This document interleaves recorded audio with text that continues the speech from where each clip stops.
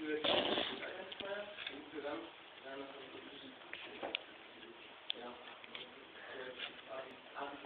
Arbitrationen ist man über 32 Bit groß. Beim Standard-Dataframe ist es 12 Bit groß. Einmal. Ja, hier sieht man noch das Vollsegment, hier ist das Segment. Hier ist die Daten.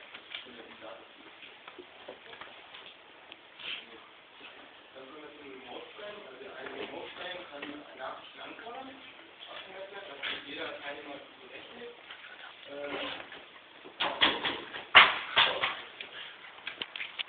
Über die Identifikationsnummer wird die Nachricht dann verschlüsselt, was das ist.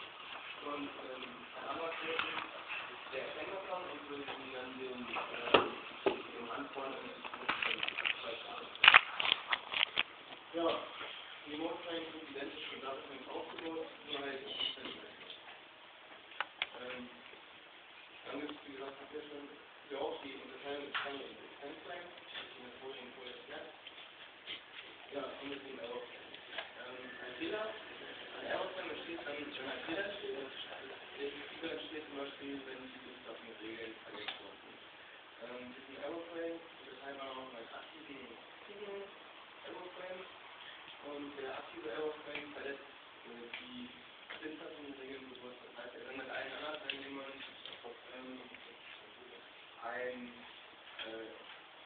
ein Fehler, damit die wissen, was ein Fehler ist. Ja, und Error Frames sind zwei Segmente der Fehler. Das erste Segment kennzeichnet nur, ob es ein aktiver oder ein passiver Error Frame ist. Und das zweite Segment dient einfach nur zur Vorbereitung Kommunikation und Nachbildung. Ja, kommen wir zum Grundlagen von TDCAN. TDCAN ist eigentlich eine Erweiterung des CAN-Protokolls, also ISO 11898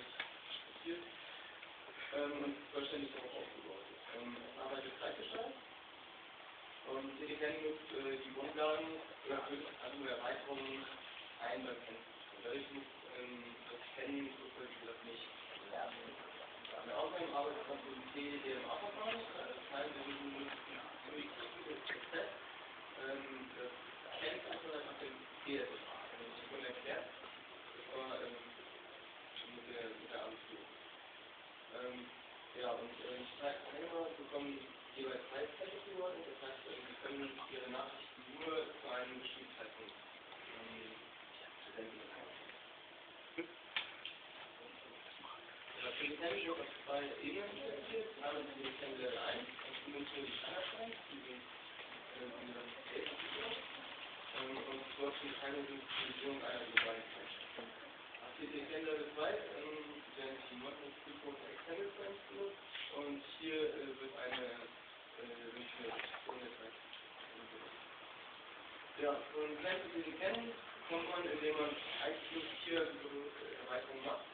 Einmal das Transmit Acceptance Filtering, das zeitliche Benachrichtigung in der Zeit zu interpretieren. Zweite ist die zeitliche Benachrichtigung immer Vorrang. Die Sendercenter müssen natürlich unfrei sein. Und Bereitstellung, die globale Zeitbasis.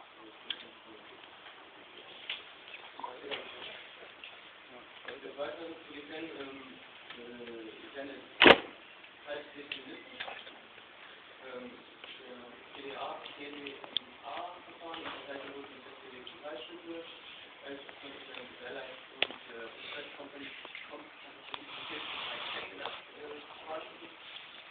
und wenn man das TDCAN abschaltet, kann man das nicht mehr erhalten.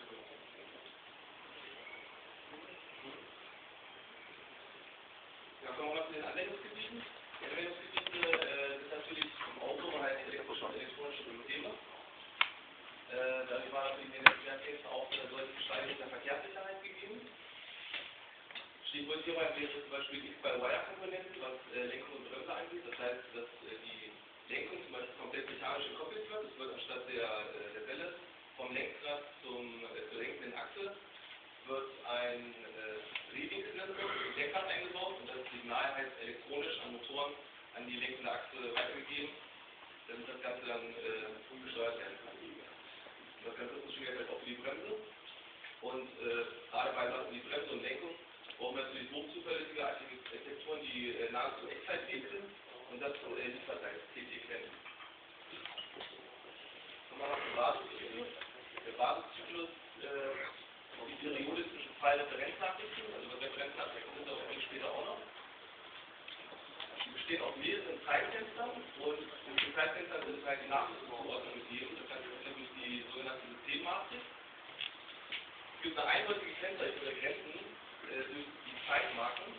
Die wichtigsten Zeitmarken wären der CX-Träger und der RX-Träger, da kommen wir aber auch später noch drauf.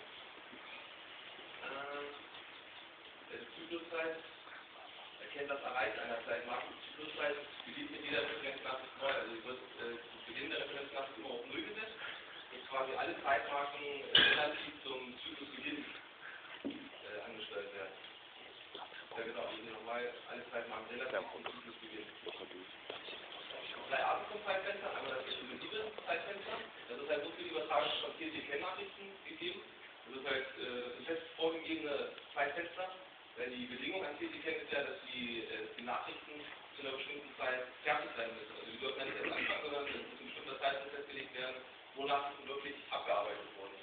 Das Arbitrierungsfenster ist ganz normal für Kennnachrichten gedacht. Das ist dann halt auch als Systemmatrix eine zeitliche Lücke bereitgestellt, wo normale Kennnachrichten gesendet werden können, die halt ereignisorientiert sind.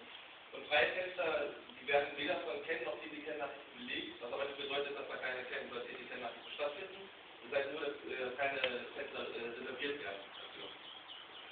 Ja, hier nochmal der schematische Aufbau. Wir haben jetzt zum Beispiel Message A und Message C und nochmal Message C. Das Ganze ist, die Message C wäre in 2 und in 6. 6 aus 2 und 6 wird die Nachricht gesendet. Das sind TT-Ken-Nachrichten, also echte TT-Ken-Nachrichten, genauso wie Message A und Message C. Das Arbitrary Window ist für normale Ken-Nachrichten gedacht und dann haben wir halt noch dieses Free Window, was für beide quasi benutzt werden kann. Eingekreist sieht man hier nochmal die Referenznachrichten. Die Zeit dazwischen, das ist halt der eine Basiszyklus. Also ein Basiszyklus alleine mal nicht ausreichen, weil eine Nachricht zu lang ist oder eigentlich nicht so verpackt werden kann. Dann wird halt ein Matrixzyklus ausgeführt. Ein Matrixzyklus ist nichts weiter als die Kombination mehrerer Basiszyklen.